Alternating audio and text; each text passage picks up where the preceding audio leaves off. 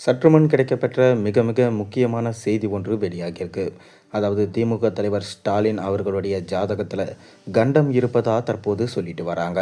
அதாவது திமுக தலைவர் ஸ்டாலின் அவர்கள் 3 நாட்களுக்கு முன்னாடி மயக்கம் வந்ததா மருத்துவமனையில் அட்மிட் ஆனார். ஆனால் இன்று வரைக்கும் அவர் வீடு திரும்பலை. காரணம், அவர் 3 நாட்கள் ஓய்வில் இருக்க வேண்டும் என அவரை ரெஸ்ட் எடுக்க சொல்லி அங்கேயே படுக்க வச்சுட்டாங்க. மேலும் இது தொடர்பாக பிரபல ஜோதிடர் ஒருவர், அதாவது தனியார் ஜோதிடர் ஒருவர் என்ன சொல்லியிருக்காருனா, ஸ்டாலின் அவர்களுக்கு இயற்கையாகவே அவருடைய ஜாதகத்தில் கண்டம் இருக்குது. இந்த கண்டம் தான் அவரை இவ்வளோ நாள் ஆட்டி படைச்சிட்டு இருக்குது. ஆரம்பத்திலே இதை எல்லாரும் நாங்கள் சொல்லியிருந்தோம். ஸ்டாலின் அவர்களுக்கு முதலமைச்சர் ஆகிற யோகமே கிடையாது. ஆனால் அவரோட மனைவியின் சாமி கும்பிடுவது போன்ற பரிகாரங்கள் செய்வது போன்ற அவங்களுடைய நம்பிக்கையின் பேரில் தான் அவர் முதலமைச்சர் ஆனார்.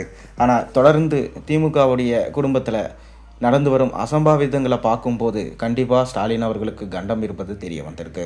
ஏன் சமீபத்தில் கூட முத்து அவர்கள் இறந்திருந்தார். மேலும் ஸ்டாலினுடைய தாய் மாமா இறந்திருந்தார். இதுபோல் தொடர்ந்து கோபாலபுர வாசிகளுக்கு தொடர்ந்து பார்த்திங்கன்னா அசம்பாவிதம் தான் நடந்துட்டு வருது. இதுதான் இந்த அசம்பாவிதத்துக்கு காரணம் என்னன்னா, ஸ்டாலின் அவர்களுக்கு இருக்கும் கண்டம் தான் என சொல்லப்படுது. மேலும் ஸ்டாலின் அவர்கள் ஓய்விலே இருந்தார்னா எந்த பிரச்சனையும் இல்லை.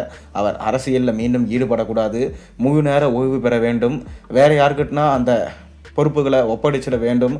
அப்படி இல்லாமல் அவர் மீண்டும் சென்று களத்தில் இறங்கி ஓரணியில் தமிழ்நாடு என அவர் மீண்டும் தன்னுடைய பரப்புரைகளை செஞ்சார்னா கண்டிப்பாக அவரோட உடலில் மாபெரும் பிரச்சனைகள் ஏற்படும் எனவும் அந்த கண்டம் அவரை தாக்க அதிக வாய்ப்பு இருக்கிறதாகவும் சொல்லப்படுது. அது மட்டும் இல்லாமல் எடப்பாடி பழனிசாமி அவர்கள் திமுக தலைவர் ஸ்டாலின் இதெல்லாம் வெறும் வதந்திகளாக செஞ்சுட்டு இருக்காரு. ஏன்னா அவர் அனுதாப ஓட்டு வாங்கிறதுக்காக தான் அவர் இந்த சமயத்தில் இந்த மாதிரி பண்ணிகிட்டு இருக்காரு. இது வரைக்கும் 4 ஆண்டுகள் நல்லா இருந்தவருக்கு திடீரென இப்படி ஆகுமா என திமுக தலைவர் ஸ்டாலினை பற்றி எடப்பாடி பழனிசாமி கேள்வி எழுப்பியிருக்காரு. ஆனாலும் திமுக தலைவர் ஸ்டாலினுடைய மனைவியான துர்கா ஸ்டாலின் தொடர்ந்து கோவில்களில் வழிபாடுகளை செஞ்சுட்டு வராங்க. தன்னுடைய கணவர் உடல்நிலை சரியாக வேண்டும், மீண்டும் அவர் அரசியலில் இறங்க வேண்டும், தொடர்ந்து அவர் அடுத்த முறையும் முதலமைச்சர் ஆக வேண்டும் என தொடர்ந்து முதல் முறை எப்படி அவங்களுடைய வேண்டுதலுக்கு இணங்கி கடவுள் ஸ்டாலின் அவர்களுக்கு முதலமைச்சர் பதவியை வழங்கியிருந்தாரோ அதே போல் இந்த தடவையும் வழங்க வேண்டும், தன்னுடைய கணவர் பூரண நலம் ஆக வேண்டும் என தொடர்ந்து வேண்டுகோள்களை வைத்து கொண்டிருக்கிறார். தமிழக அரசியல் களத்தில் என்ன ஆகும்?